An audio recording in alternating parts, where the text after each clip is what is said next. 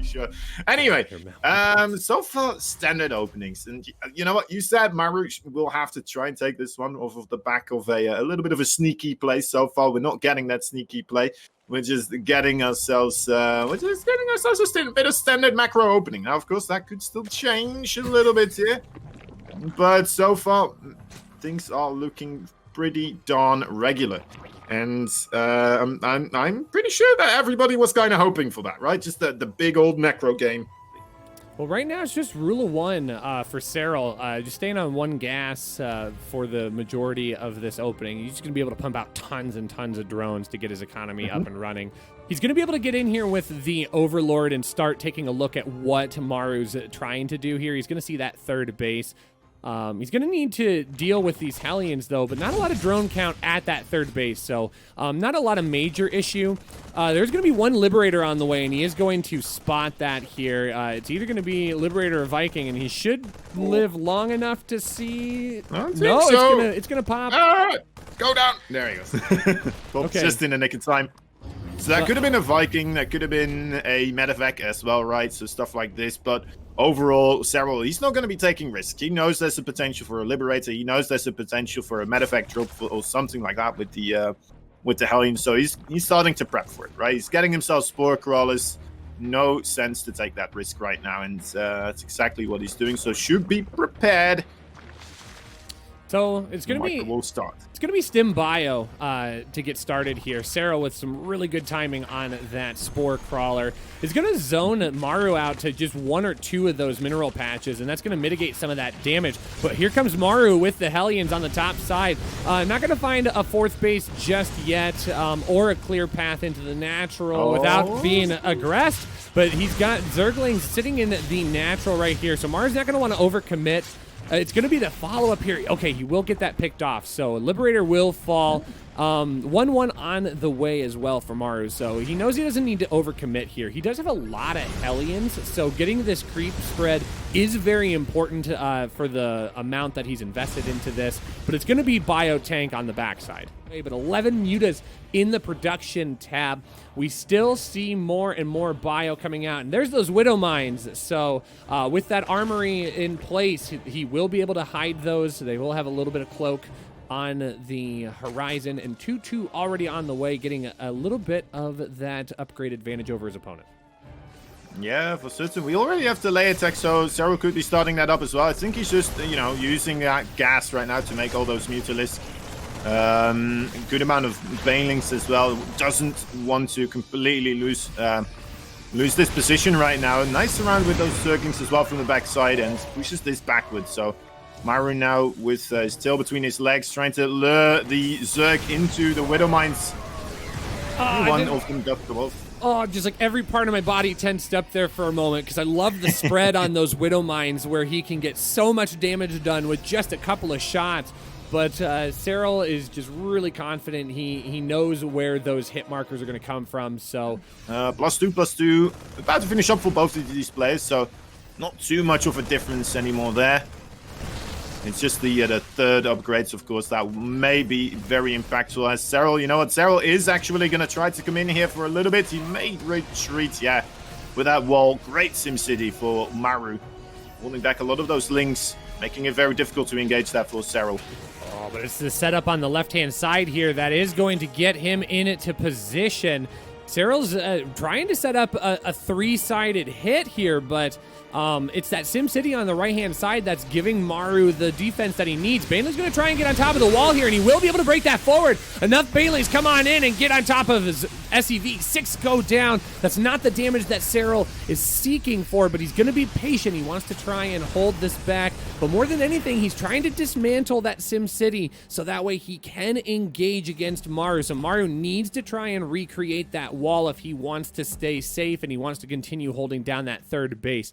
It is 3-3 on the way. Concussive shells added in as well. Those mutas continuing to deal more and more damage. Picking off a gas here would be really, really good. It slows down his factory production as well, but Maru already moving out onto creep. He's trying to protect in a multiple of locations. More Banelings get on top of everything. That bio is going to fall, but it does not connect with SCVs until the very end, so only 5. Serral's got the economy to be able to back that up, but he's really looking for bigger hits here.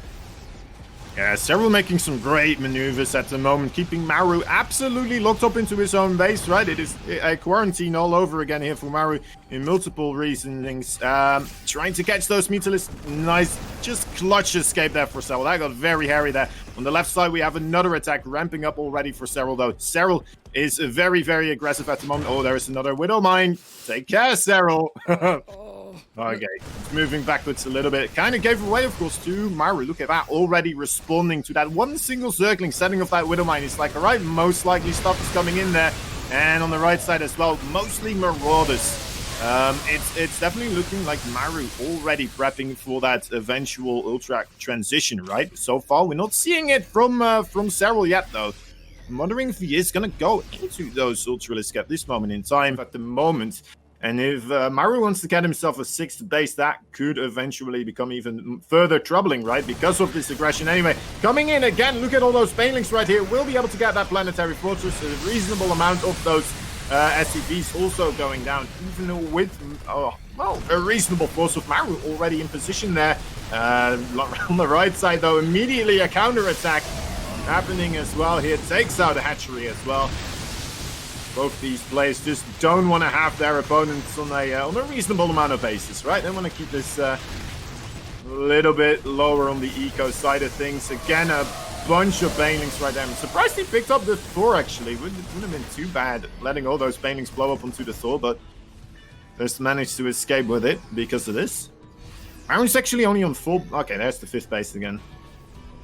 Okay, we've seen a lot of good Zerg players fall off once the Ultra Tech gets onto the field, so we're going to have to see how Serral can best utilize this against his opponent, who does have a lot of advantages here. These Mutas are going to stay on top of this reinforcing army here for Maru so far. Chitinous plating just about ready to finish up, and 5 Ultralisks on the way, so Serral's looking to punch, and he's looking to punch really, really fast here. He doesn't want to allow Maru to get too deep into that 5th base economy.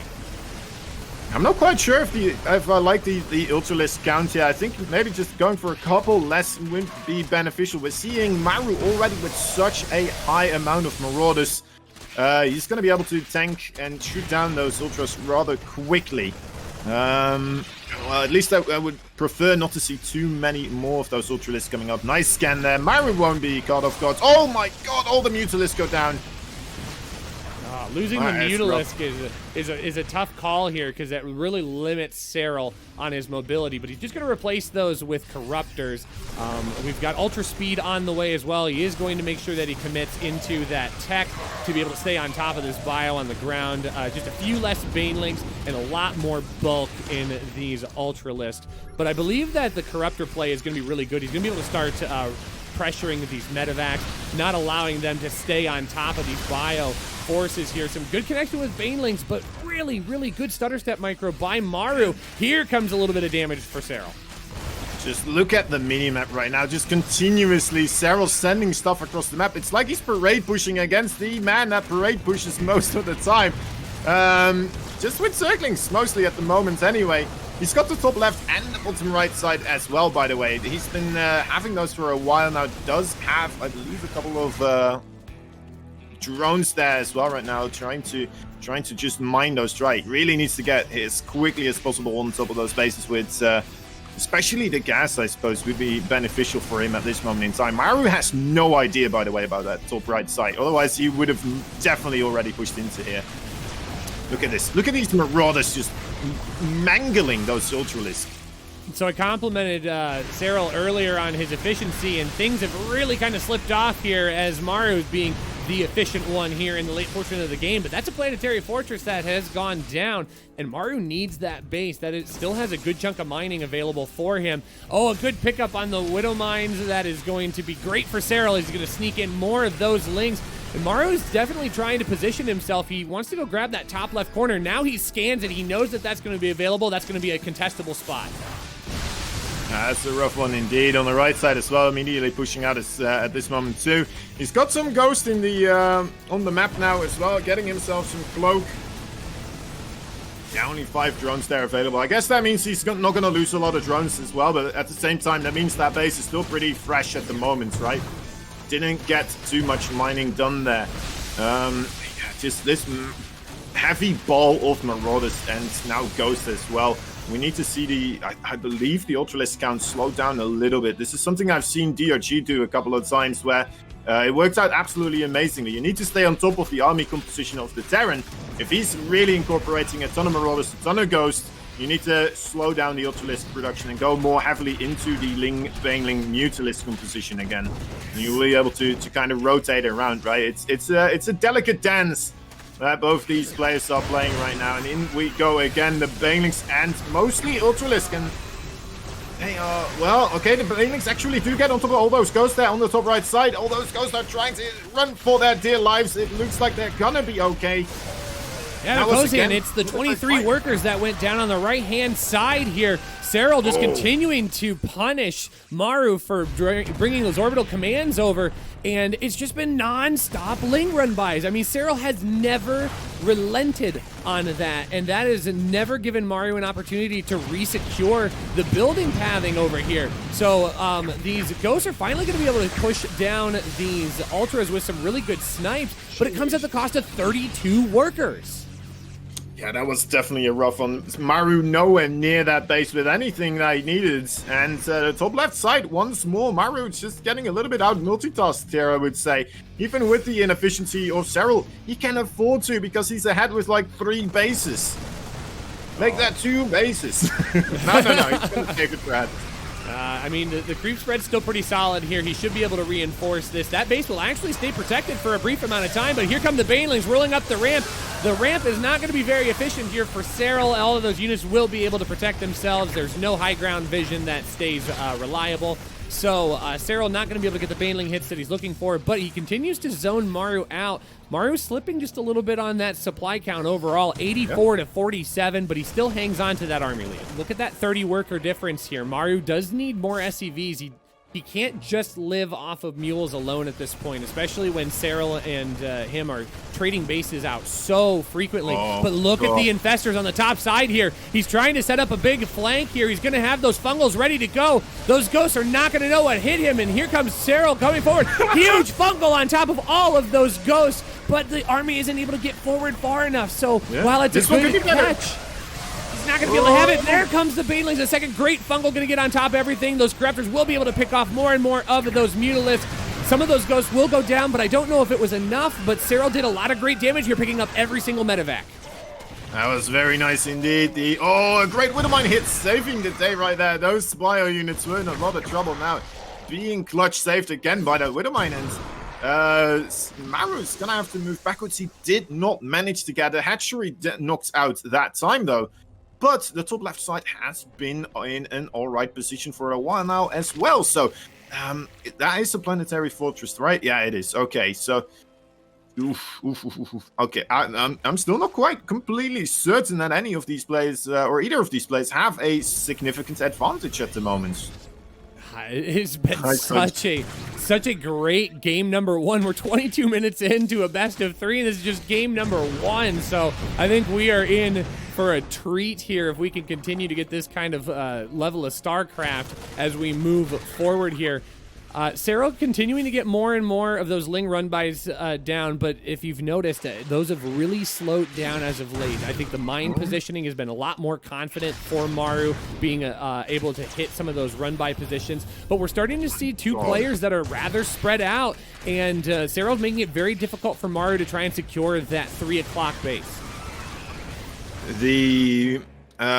The splitting of those Lings continuously with those Widowmines, that is very impressive. That is a very difficult thing to do. Even burrowing a Ling there at this moment, at the 23-minute mark, still finding moments to burrow those Lings, make things even more uncomfortable for Maru. He's like, all right, well, I can't even put a planetary here anymore. I'm going to have to throw this orbital there, but won't even be able to do that. Look at the entire army moving to that location, actually, just for that one burrowed Ling. That is quite funny. And Serral on the left side now taking routes. Well, Maru is really starting to grab control of this game. I feel like Serral did a nice job at the very beginning, but it's slowly now Maru's trying to secure all these bases. Look at these planetary fortresses. Look at this mine coverage. Everything is starting to move in his favor. All right, okay. Again, a little bit of a stalemate here. Both these players having around the same amount of bases, though. If Serral doesn't manage to keep denying mining from Maru enough, significantly, this is eventually going to go quite heavily into the favor for Maru. And in fact, Serral already tapping out here. He knows his bases are mined out. He had no